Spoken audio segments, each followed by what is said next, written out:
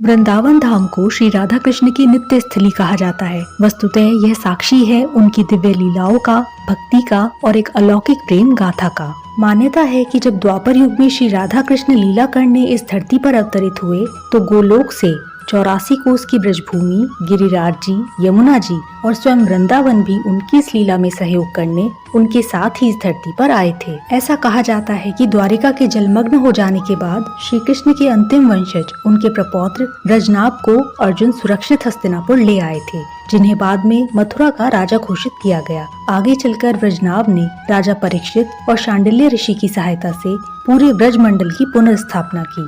उन्होंने मंदिरों, सरोवरों और कुंडों का निर्माण कराकर श्री कृष्ण की लीला स्थलियों को प्रकाशित किया। फिर हजारों वर्ष बीत जाने के बाद लगभग 15वीं शताब्दी में श्री चैतन्य महाप्रभु, स्वामी हरिदास, श्री हित हरिवंश महाप्रभु, वल्लभाचार्य जी, श्री रूप गोस्वामी, श्री सनातन गोस्वामी, श्री गोपाल भट्ट स्वामी जैसे अनन्य कृष्ण उपासकों ने राधा माधव की इस धरती को पुनः प्रकाशित कर दिया। इन परम भागवतों के प्रेम और भक्ति से प्रसन्न होकर श्री राधा कृष्ण स्वयं विग्रह के रूप में प्रकट हुए, जो आज भी वृंदावन के सप्तनिधि के रूप में जाने जाते हैं और जो आज भी श्री बाके बिहारी, श्री राधा वल्लभ लाल, श्री राधा रमन जी, श्री गोपीनाथ जी, श्री मदन मोहन जी, श्री जुगल किशोर जी, श्री राधा गोविंद जी के रूप में संपूर्ण जनमानस पर अनुग्रह कर रहे हैं। इन मंदिरों के अतिरिक्त यमुना जी के घाट, निधिवन, तटीय स्थान, राधा कुंड, गोविंद कुंड और कई ऐसे प्राचीन स्थान हैं जो राधा माधव की इस लीला स्थली की दिव्यता को दर्शाते हैं। इतना ही नहीं, वृंदावन की रज को भी परम पूजनीय माना गया है और वृंदावन को श्री कृष्ण से साक्षात्कार करने का परम सुखदायी स्थान भी बताया गया है।